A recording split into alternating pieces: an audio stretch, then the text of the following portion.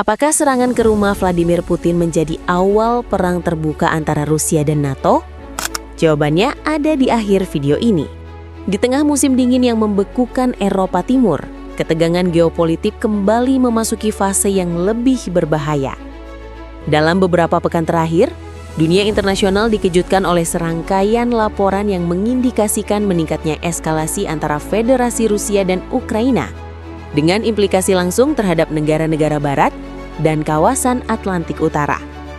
Peristiwa ini bermula dari klaim serangan drone yang menargetkan kediaman Presiden Rusia, Vladimir Putin. Meskipun detail resmi mengenai lokasi dan dampak serangan tersebut masih terbatas, Kremlin secara terbuka menuding bahwa Ukraina dengan dukungan negara-negara Barat berada di balik upaya itu. Tuduhan ini segera memicu reaksi keras dari Moskow yang menyebut insiden tersebut sebagai bentuk provokasi langsung terhadap kepemimpinan dan kedaulatan negara. Tak lama berselang, Rusia mengambil langkah yang dinilai para analis sebagai sinyal strategis tingkat tinggi. Sistem persenjataan canggih, termasuk rudal jarak menengah yang oleh Rusia disebut sebagai Oresnik, dilaporkan dipindahkan ke wilayah Belarus.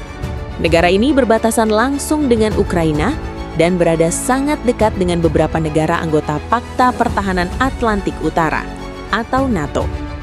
Menurut pernyataan sejumlah pejabat militer Rusia, unit khusus yang mengoperasikan sistem ini telah dinyatakan siap siaga penuh.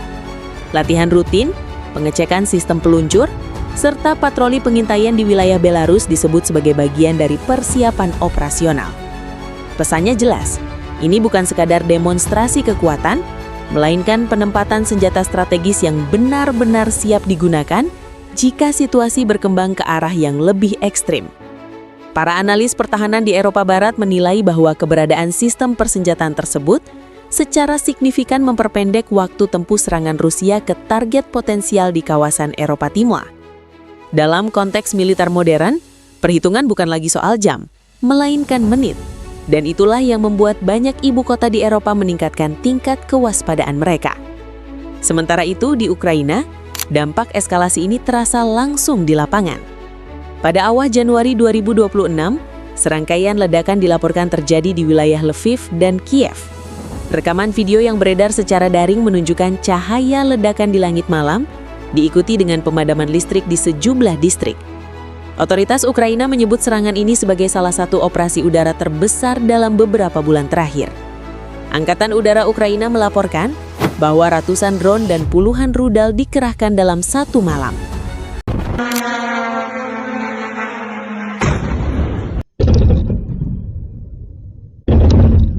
Beberapa di antaranya berhasil dicegat, namun sebagian lainnya menembus sistem pertahanan dan menghantam infrastruktur sipil. Gedung apartemen, jaringan listrik serta fasilitas air dilaporkan mengalami kerusakan signifikan. Di ibu kota Kiev, suhu siang hari yang berada di bawah 0 derajat Celcius memperparah situasi. Ribuan unit hunian dilaporkan kehilangan aliran listrik dan pemanas, yang semakin menambah dimensi internasional dari konflik ini. Di sisi lain, Kementerian Pertahanan Rusia menyatakan bahwa serangan mereka merupakan respons langsung terhadap apa yang mereka sebut sebagai tindakan provokatif Ukraina. Moskow mengklaim bahwa operasi militer ini menargetkan fasilitas energi dan logistik yang digunakan untuk mendukung kemampuan tempur Ukraina. Namun, perhatian dunia internasional tertuju pada satu elemen khusus dalam serangan ini, yaitu dugaan penggunaan kembali rudal Oresnik. Sistem persenjataan ini disebut-sebut memiliki kemampuan membawa beberapa hulu ledak yang dapat memisah di udara dan menyerang target yang berbeda dalam satu lintasan.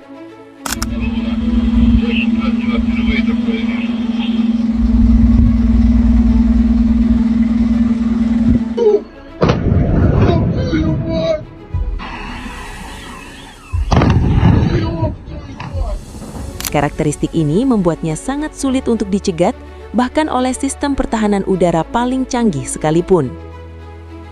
Pakar militer dari berbagai lembaga riset pertahanan di Eropa dan Amerika Serikat menjelaskan bahwa sistem semacam ini dirancang tidak hanya untuk menghancurkan target fisik, tetapi juga untuk menciptakan efek psikologis yang besar.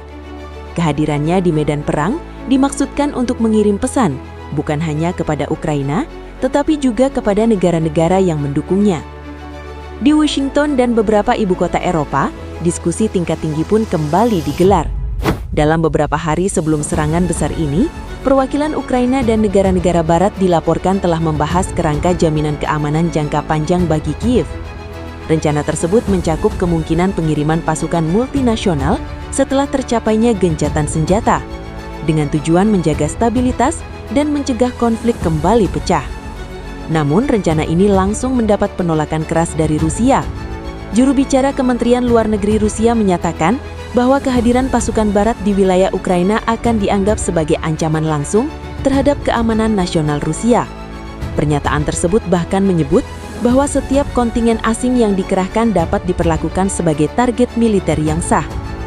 Bagi Moskow, isu utama sejak awal konflik memang berkisar pada ekspansi pengaruh militer barat di dekat perbatasannya. Sementara bagi Ukraina dan sekutunya, jaminan keamanan dianggap sebagai satu-satunya cara untuk memastikan bahwa kesepakatan damai, jika tercapai, tidak hanya bertahan di atas kertas.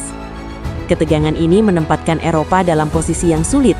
Di satu sisi, ada keinginan kuat untuk menghentikan perang yang telah berlangsung bertahun-tahun dan menelan ribuan korban. Di sisi lain, setiap langkah menuju penyelesaian justru beresiko memicu eskalasi baru.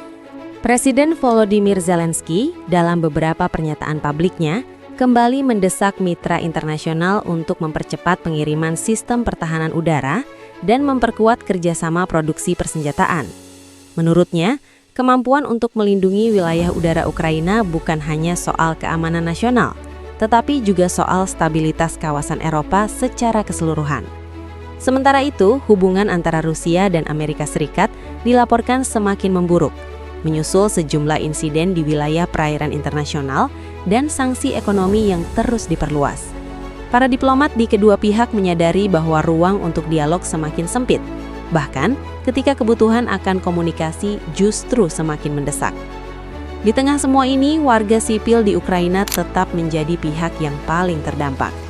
Musim dingin, pemadaman listrik, keterbatasan pasokan air, dan ketidakpastian keamanan menjadi bagian dari kehidupan sehari-hari. Organisasi kemanusiaan internasional terus memperingatkan bahwa situasi ini dapat berkembang menjadi krisis kemanusiaan yang lebih besar jika eskalasi tidak segera diredam. Pertanyaannya kini bukan hanya tentang siapa yang memiliki kekuatan militer lebih besar, tetapi tentang kemana arah konflik ini akan bergerak. Apakah dunia sedang menyaksikan babak baru dari perang regional atau justru titik kritis yang memaksa semua pihak kembali ke meja perundingan? Sekarang, kami ingin mendengar pandangan kalian. Menurut kalian, apakah dunia sedang mendekati solusi atau justru melangkah lebih dekat ke konflik yang lebih besar? Tulis pendapat kalian di kolom komentar.